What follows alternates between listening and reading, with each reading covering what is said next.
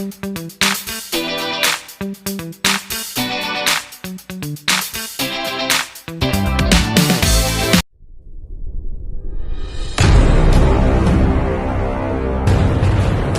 सैनिक आज India gate पर बैठे हुए थे और वहां से उनको डिटेन करके यहाँ पर लाया गया। बसों में भरकर बसें आप खड़ी हैं, आप देख सकते हैं। और यहाँ पर उनको बैठाया गया, उन्होंने जोर शोर किया, जो है बहुत सारे नारे लगाए। कुछ सैनिक उससे पहले भी यहाँ पर बैठे हुए थे, उससे पहले भी कुछ सैनिक जो है वो इस बैरिकेडिंग के बाहर भी बैठे हुए हैं। कभी कभी कुछ सैनिक आते हैं, धरना भी देते हैं। बहुत सारे सवाल हैं, आखिर ये कितने सैनिक हैं? क्या ये 2-2, 4-4 करके अलग अलग जगहों पर है? ये कब से शुरू हुआ? ये बैठे कब से और क्यों बैठे? इनको बैठाने वाला कौन था? ये बहुत सारे सवाल ऐसे हैं जो हमारे दिमाग में भी हैं और आप भी कहीं ना कहीं ये चाहते होंगे कि आखिर असलियत क्या है, ये हम जानें। हमारे साथ वकील साहब हैं, इनसे बातचीत करेंगे और जानेंगे। आप जितेंद्र जी वकील भी हैं, पूर्व सैनिक भी हैं, और सवाल ये है आपसे कि ये जो इतने लोग कई गुटों में बैठे हुए हैं, ये अलग अलग क्यों? देखिए, ये जो अलग अलग जो हैं, इस पर अभी बात करना ठीक नहीं है, लेकिन हम आज की घटना के बारे में बात बताते हैं, क्योंकि आरओपी की सबसे हम बड़ी मूवमेंट हम आज किए थे। ये 4 तारीख से हम छोटू राम स्मारक रोहतक सांपला से स्टार्ट किए थे। 4 नवंबर। हाँ, 4 तारीख से। ओके, उसके बाद 5 को हम लोग 4 के शाम को हम लोग पहुँच गए थे बहादुरगढ़। फिर 5 को सुबह हम लोग चले वहाँ। फिर उसके 5 के रात को हम लोग स्टे किए दिल्ली में, और 6 को हम चले आए नेशनल वार मेमोरियल। जब 5 को जब हम लोग वहाँ रुके पंजाबी बाग के इलाके में रात में, तो हम लोग जहाँ ठहरने की कोशिश किए वहाँ का कैंसिल करवा दिया दिल्ली के पुलिस मिल करके कि आप यहाँ पर ठहर नहीं सकते हैं। अब बताइए, लोकतंत्र में हम किसी भी तरह का हम प्रोटेस्ट करना चाहते हैं या रैली करना चाहते हैं, fundamental this is the fundamental right, everybody knows. कोई भी आते हैं इसको यूज करते हैं। और तो लोकतंत्र में बिना वेपन्स को उठाए हुए, बिना लाठी डंडा उठाए हुए है रैली और प्रोटेस्ट ही बचा हुआ है। और हमारी लड़ाई आज तो नहीं चल रही है। मोदी जी जानते हैं 2013 से ही, 2014 से ही जंतर मंतर से ही शुरू किया है हम लोगों ने। जब यहाँ पर जब हम आए, ठीक है, तो देख करके बहुत ही आश्चर्य हुआ। 3 बटालियन लगी हुई थी दिल्ली पुलिस की, और 7 डीसीपी लगे हुए थे, डीसीपी रैंक के ऑफिसर वहाँ पर लगे हुए थे। आप ये सोचिए, इनको सुरक्षा करनी चाहिए दिल्ली को, है ना, ट्रैफिक की सुरक्षा करनी चाहिए, जनता की सुरक्षा करनी चाहिए, और पूर्व सैनिक से बचाने के लिए इसने फौज को इसने तैनात कर दिया है, इसने दिल्ली पुलिस को तैनात कर दिया है। ये बड़ा आश्चर्य होता है कि यहाँ के अपने जो दिल्ली गवर्नमेंट के हैं, चाहे भारत सरकार के जो भी हैं, इस ढंग का डिसीजन कैसे लेते हैं? हम लोग तो श्रद्धासुमन अर्पण करने के लिए आए थे। हमारे वहाँ से आपको उठाया गया, यहाँ पर छोड़ दिया गया। हाँ। आपका सीधा सीधा आरोप है कि उन लोगों के लिए एसीपी, डीसीपी, एसएचओ सबको खड़ा कर दिया गया जो खुद डिसिप्लिन में रहते हैं। बिल्कुल बिल्कुल सही बात बोल रहे हैं। उनको ये पता है, ठीक है, कि ये लोग अगर हमारे पास अगर आ जाएं, मोदी के पास चला जाए, तो हमारी पोल खुल जाए। जितने भी हमारे अधिकारी जो ब्यूरोक्रेट्स में बैठे हुए हैं, प्लस हमारे जो डिफेंस ब्यूरोक्रेट्स हैं, ठीक है, हमारे जनरल्स हैं, सबको पता है कि हम गलत काम करके वो आरओपी को लिए हैं, उल्टा सीधा पढ़ा करके पॉलिसी बना करके लिए हैं, जिसको कि कोर्ट में भी चैलेंज किया हुआ है। चाहे कोई भी इशू है, एमएसपी के इशू आप देख लीजिए, नॉन कॉम्पिटेंट को कॉम्पिटेंट मान रहा है, कॉम्पिटेंट को नॉन कॉम्पिटेंट मान रहा है। नॉन कॉम्पिटेंट को आप 10,800 पर मंथ दे रहे हैं, और कॉम्पिटेंट को आप 5,200 दे रहे हैं। एक सवाल है कि ये आरोपी के लिए आपने आवाज उठाना कब से शुरू किया और कहां से शुरू किया? देखिए, वो आरओपी का लड़ाई तो 2014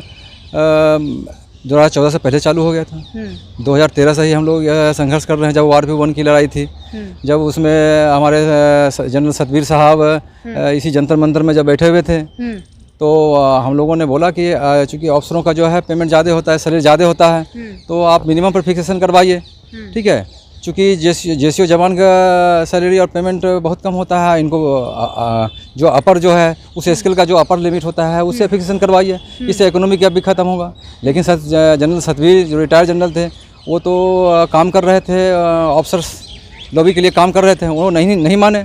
इवन डिफेंस मिनिस्टर से हमारे मुखिया श्री वीर बहादुर सिंह की मुलाकात हुई थी, वो भी मान गए थे। डिफेंस मिनिस्टर उस वक्त के तत्कालीन जो मिनिस्टर थे वो भी मान गए थे कि बात सही बोल रहा है बंदा, और उसने नोट में भी लिखा, और नोट को आरटीआई के द्वारा मंगवाया गया। तब भी जो हम लोगों ने बोला था, बाद में इन लोगों ने नोट को ही बदल दिया, क्योंकि इनकी लॉबी इतनी तगड़ी है वहाँ पर, एवरेज पे फिक्स किया। अब उनकी पेमेंट पहले से ज़्यादा थी, तो उनका बट नेचुरल उसको ज़्यादा पेंशन मिलेगा, और हम लोगों को पेंशन बिल्कुल कम ही था, बेसिक बहुत कम था, तो एवरेज में किया बढ़ाने, जिसके कारण कि इकोनॉमिक गैप बढ़ता गया। और आज की स्थिति ऐसा आ गया कि हम लोग को 1500 के अंदर में समेट लिया, और उनको मतलब कि 10 से 12 हज़ार का इंक्रीमेंट मिला है मंथली। केंद्र में 10 साल होने वाले हैं अमूमन कि बीजेपी की सरकार को पूरे हो जाएंगे। अभी 24 में चुनाव भी है, और इनके 10 साल से भी ज़्यादा टाइम से बात करें, 2013 भी आप कह रहे थे कि बीजेपी की सरकार नहीं थी, उससे पहले से हम लड़ रहे थे। तो क्या ये जो बीजेपी की सरकार ना रही, फिर बीच में 10 साल बीजेपी ने राज किया, सत्ता पर बैठे, इसके बाद भी ओआरओपी की वही स्थितियां हैं, कहीं थोड़ा मोड़ा ही सुधार हुआ, वो भी एक एज ए लॉलीपॉप की तरह दे दिया गया? देखिए, बीजेपी को भी लाने में हम लोग जैसे कार्यकर्ता ही काम किए थे, इसमें कोई डाउट नहीं है। लेकिन बाद में क्या होता है कि जब सत्ता की सुख जब मिलती है, तो नीचे वाले को धीरे धीरे भूलना शुरू कर जाते हैं। अब उनका ऑप्टिमम हो गया है। हम लोग तो मिलने के लिए जा रहे थे ना। आप बताइए, वार मेमोरियल जो बना हुआ है किस लिए है? देखने के लिए बनाया मोदी जी। मोदी जी करोड़ों रुपये लगा कर क्यों बनाए? सरदार वहाँ से सरसानी अपनी करेंगे, उससे मोटिवेशन मिलेंगे। अब ये सिविलियन अंदर जा रहे हैं, सिविलियन को नहीं रोक रहे हैं, और फौजी जो आए हैं, है ना, 2 बस 4 बस 5 बस आए हैं, उसको आप रोक रहे हैं। कहा जा रहा था कि पीएमओ में जा रहे थे। हाँ, बोले कैप पहन करके कैप उतारो, फौजी का कैप है, कैप उतारो। क्या उसको ये लग रहा है ना कि फौजी का कैप उतार देंगे देश की अगर जनता देखेगी, बोले कि अरे देश के फौज के साथ भी ये नालायकपंथी ये कर रहा है, मोदी सरकार के दिल्ली पुलिस कर रहा है, ये तो गलत काम है। अच्छा, तो क्या ये सही है कि वो जो लोग थे जो वहाँ पर गए थे वॉर मेमोरियल के सामने, वो पीएमओ में जा रहे थे, तब वहाँ से उनको यहाँ लाया गया? हम लोग को प्लान ही था, ऐसा बात नहीं है। ऑलरेडी हम 8 अक्टूबर 2023 को कॉन्स्टिट्यूशनल क्लब में 100 संगठनों के साथ एक मीटिंग हुई थी कि ओआरओपी की लड़ाई कैसे लड़ी जाए। तो उसने बोला कि एक सबसे बड़ी प्रोटेस्ट करते हैं शांतिपूर्ण तरीके से, जिसमें कि ज्ञापन नहीं देंगे, मिलने के लिए जाना है उनको। दीपावली है, उनको लड्डू भी खिलाएंगे। ये नरेंद्र मोदी जी जाते हैं, बॉर्डरों पर जाते हैं, अपना टाइम वेस्ट करते हैं। इससे अच्छा है कि हम नरेंद्र मोदी के घर में ही पहुँच के क्यों नहीं आया।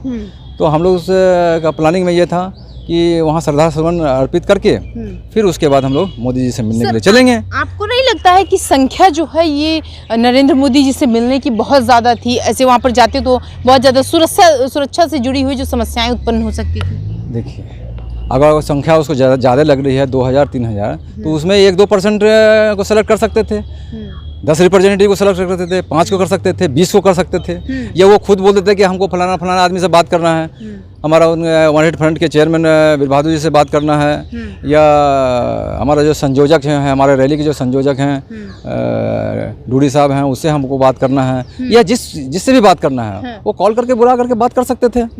ये पॉसिबल नहीं हो पाता। हम तो ये नहीं बोले थे कि हमको ओआरओपी अभी दीजिए। आपकी क्या समस्या है? जिस ढंग से हमारे पास समस्या है, उसी ढंग से हम भी जानना चाहते हैं कि गवर्नमेंट के पास क्या समस्या आ रही है।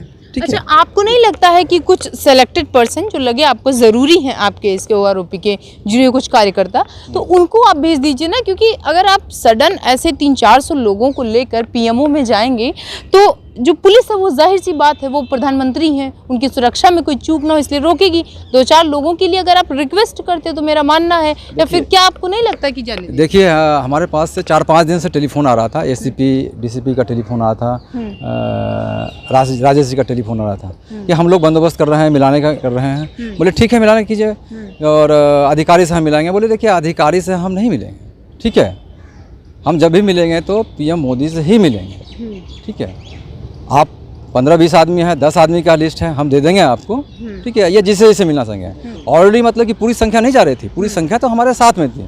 जाएगा तो लीडर ही जाएगा, जो रिप्रेजेंटेटिव है वही जाएंगे। इसीलिए कि हमारे साथ जो थे 2000 आदमी थे वो सारे जा रहे थे, ये गलत बात है। ऐसा नहीं है कि 2000 आदमी जाकर मोदी जी, हाँ, रिप्रेजेंटेटिव ही जा रहे थे, लेकिन उसको लास्ट मोमेंट में कैंसिल करना, और इस ढंग से मैंने कि सुबह सुबह बर्ताव करना, सिविलियन को बिल्कुल खोल देना, और फौजियों को कैप उतरवा देना है, इस ढंग से बेइज्जती करना ये समझ से बाहर है मोदी जी। उन ऑडियंस को या फिर उन सैनिकों को क्या कहना चाहेंगे, क्या मैसेज है आपका बेसिकली उन सैनिकों के लिए? देखिए हमारे जितने भी हैं 28 लाख पूर्व सैनिक, 7 लाख वीर नारी और उनके जितने भी 2 करोड़ डिपेंडेंट हैं और जो वोट को अफेक्ट करते हैं, अब ये तैयार हैं, ठीक है। 2024 का इलेक्शन आ रहा है, आप संगठित हो जाएं, क्योंकि जब तक आप संगठित नहीं होंगे ये आपका शोषण किसी न किसी तरह से करता रहेगा, चाहे वो अधिकारी से करवाए, चाहे वो हमारे जनरल से करवाए, या किसी से करवाए, चाहे जो है वो शोषण, इनका कहना है जितेंद्र जी का कि डायरेक्ट करवाए या अनडायरेक्ट करवाए, वो शोषण जो है होगा। और लगभग जो 7 लाख वीर नारियाँ हैं और 28 लाख फौजी हैं, वो सारे, इनका कहना सीधी तौर पर कि वो खड़े हो जाएं, देखें सरकार अगर उनकी बातों को नहीं सुनती तो फोकस करें। और इनका कहना है कि अगर ऐसा कुछ नहीं हुआ तो सत्ता पलटने का जो पावर है वो हमारे इस अंगूठे में, और इस अंगूठे को जो है सत्ता पलटने के काम करें।